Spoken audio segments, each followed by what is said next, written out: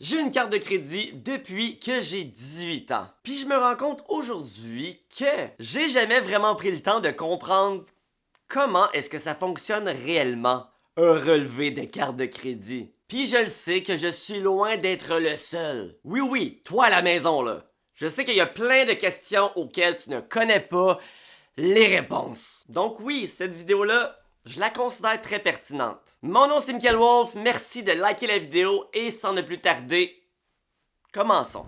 Bon, on a quoi quand on ouvre notre relevé de carte de crédit? On a premièrement le solde courant. C'est quoi ça exactement, le solde courant? C'est combien est-ce que tu dois. Donc, la totalité du montant que tu dois payer et ce d'ici la date finale. Qu'est-ce qui arrive si tu ne payes pas le solde au complet? Ça, je vais y revenir dans pas long et je suis certain que tu vas être surpris. Poursuivons. Tu as une section qui s'appelle paiement minimum dû. Et il y a beaucoup de gens qui pensent que s'ils payent le montant minimum, qu'ils n'auront pas de pénalité. C'est-à-dire d'intérêt. Puis c'est logique, là, dans le fond. Ils me disent, j'ai un paiement minimum à payer, je le paye, on est chill, right? Non.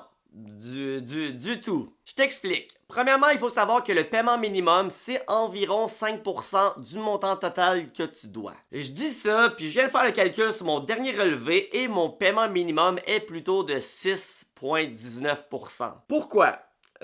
Mystère boule de gomme, j'en sais rien, mais je pense qu'on peut quand même dire que ça tourne autour de 5%. Deuxièmement, le paiement minimal, il sert seulement à épargner ta cote de crédit. C'est tout. C'est-à-dire que si tu fais pas ton paiement minimum, ben ta cote va descendre. Mais cela ne veut en aucun cas dire que tu ne paieras pas de pénalité, donc d'intérêt, sur ton solde. Donc, paiement minimal, ça t'empêche de dropper ta cote de crédit.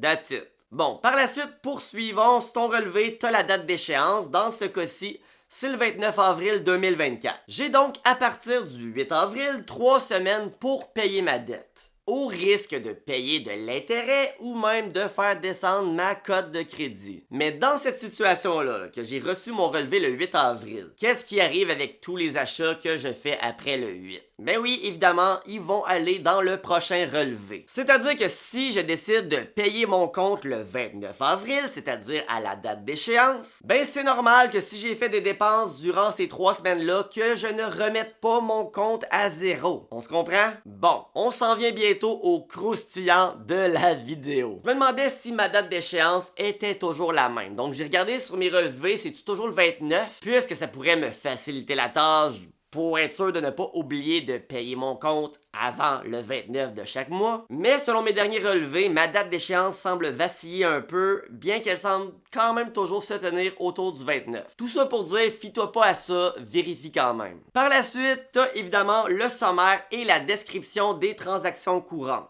C'est-à-dire tes achats. T'as également le pourcentage d'intérêt de ta carte inscrit à droite. Puis je sais pas si je suis le seul à faire ça, vous me le direz en commentaire, mais moi je regarde tout le temps tous les achats que j'ai faits sur ma carte pour être sûr qu'il n'y ait pas une fraude ou autre.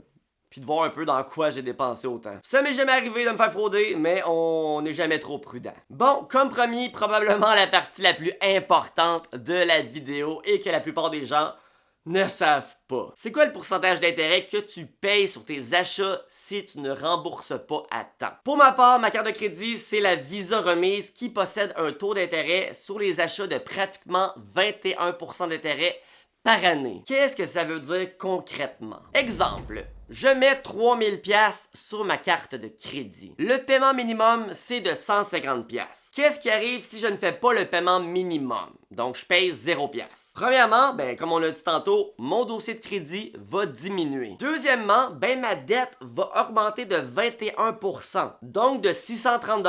Mais c'est pas réellement 630 pièces, puisque c'est 21% pendant toute l'année. Faut donc le diviser par 12, ce qui donne donc 52 $ et 50 sous par mois. Tu vas donc devoir, le mois d'après, 3052 et 50. Donc sur 3000 pièces, tu viens d'augmenter ta dette de pratiquement 53 pièces. Jusqu'ici, je pense que tout est clair pour tout le monde. C'est le deuxième scénario qui va peut-être te choquer un peu plus. Scénario 2.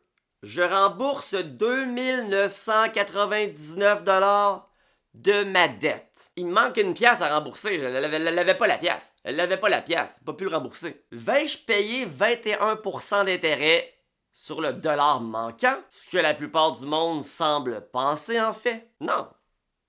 Hors de question. Pourquoi tu paierais de l'intérêt juste sur la pièce manquante? Le deal qu'on avait, moi pis toi, c'est que tu remboursais 3000, pas 2999. T'as pas réussi à rembourser ta dette, mon grand. Mais écoute, on n'affectera pas ton dossier de crédit. Ça, c'est correct, t'as fait le paiement minimum. Mais on avait un deal. Fait que tu vas payer 21% du 3000 au complet. Rien à foutre de ta pièce, là. C'est 21% du 3000, le montant total. Tu vas donc devoir maintenant le 630$ d'intérêt divisé par 12, donc 52,50, plus ton dollar manquant. Donc, tu dois 53,50. Alors oui, que tu rembourses aucunement ton solde, la moitié de ton solde, 99,99999% de ton solde, même s'il te manque une scène, là, si tu le rembourses pas au complet, ben, tu vas payer de l'intérêt sur le montant total. C'est pour ça que ceux qui n'arrivent pas à clairer leur carte de crédit à chaque mois, c'est pas long qu'ils embarquent dans un cercle vicieux. Parce que ça s'accumule vite, là. Alors, la morale de la vidéo, c'est bien premièrement de ne pas oublier de faire le paiement minimal au moins pour ne pas que ça affecte ta cote de crédit.